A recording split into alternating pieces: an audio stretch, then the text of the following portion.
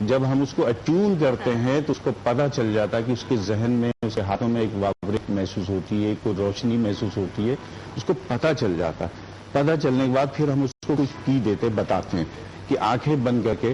اس کے طریقے ہیں. سیکھنے کے بعد پھر ہم اس کو بٹھاتے ہیں، اس کو ہم ساری ٹیچنگ کرنے کے بعد پھر پریکٹیکل کرواتے ہیں. جیسا ہر مہینے ہماری ورکشاپ ہوتی رہتی ہے ہوٹلوں میں نا، تو اس کو بتاتے، پریکٹیکل کروانے کے بعد پھر اس کو تو ہم اس کو بتاتے. سب سے پہلے جو ہے اللہ تعالیٰ سے آپ نے مدد مانگنی. گراؤنڈنگ کرتے ہیں. گراؤنڈنگ سے مراد ہے زمینی رابطہ. اس کو بیٹھانے کے بعد کہتے ہیں ہم گراؤنڈنگ کریں. گراؤنڈنگ سے دعا کرتے ہیں، اے باری تعالیٰ میں اس کا علاج کر رہا ہوں یا اس کو تھراپی دے رہا ہوں، شفا دے رہا ہوں، اللہ پاک میری مدد فرما، مدد، اور اللہ پاک اس کو شفا دے دے. اس کے بعد پھر ہم گراؤنڈنگ کر کے بتاتے ہیں کیا کرنا ہوتا ہے. اس کے بعد پھر دونوں ہاتھ رکھتے ہیں. پھر دیکھیے سورۃ نور میں ہے اللہ نور السماوات والارض، اللہ ہے آسمان اور زمین کا نور. یہ آیت پڑھنے کے بعد کچھ دو الفاظ ہم کہتے تو کچھ ہاتھوں سے یہ انرجی شروع ہو جاتی. سب سے پہلے سر پہ ہاتھ رکھا جاتا ہے یہاں پر، اس کے بعد یہاں ہاتھ رکھا جاتا ہے، پھر یہ تھائرائڈ پہ رکھا جاتا ہے. یہ اسٹارٹنگ ہوتی ہے. اس کے بعد یہاں بھی ایوری کائنڈ آف پین، ہر درد کے لیے. جی جی جی جی کوئی بھی بے شک آپ دوا پرٹیکولر ایریا پہ نہیں کرتے، مطلب پیٹ میں ہو رہا ہے تو اب تو پیٹ پہ رکھا، بیک پہ ہو رہا جی ہے جی تو بیک بیک رکھا. کہیں پر بھی درد اسٹارٹنگ یہاں سے کریں گے. کرنے کے بعد جہاں تکلیف ہو رہی ہے آپ وہاں ہاتھ رکھیں. آپ کو فیلنگ ہوگی درد کہاں ہے. میں اتنا لوگوں کو سکھا دیتا ہوں کہ آپ ہاتھ رکھ کے بتا سکتے ہیں اگر دونوں گھٹنے میں ہاتھ رکھے کس گھٹنے میں درد ہے، اگر دونوں کڈنیز میں ہاتھ رکھے تو کس کڈنی میں درد ہے. دیکھیے درد کی پہچان میں بتاتا ہوں. فرض کر لیجیے اگر یہاں سے یہاں تک درد ہو رہا تو میگرین کا ہے.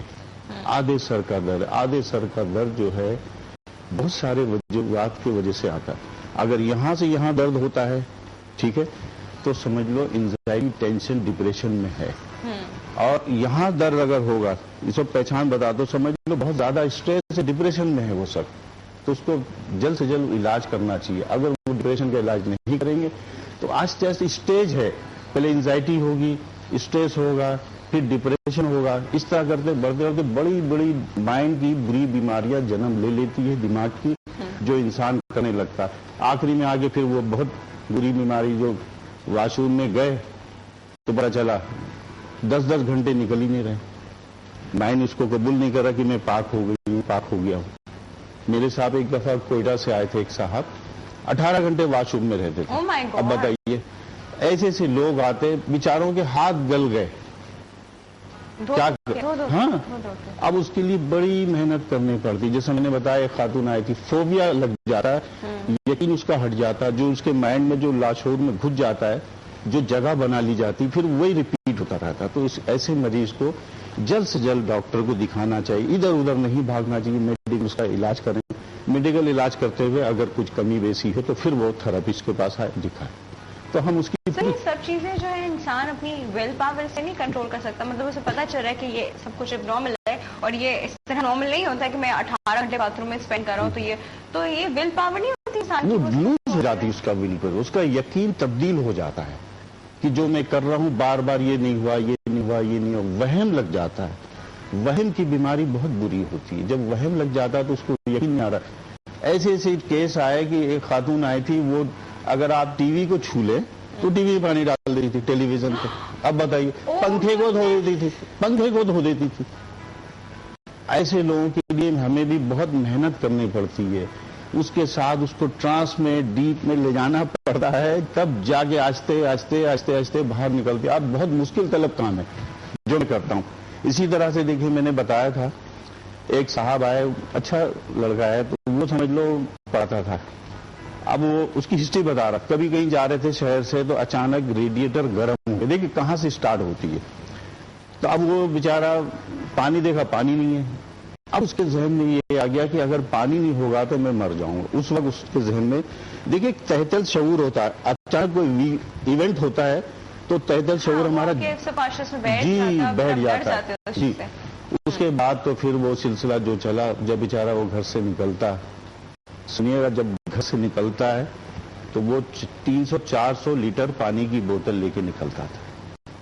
اب بتائیے اگر زیادہ ہو جائے تو 10-10 گیلن کی کین وہ رکھ لیتا تھا.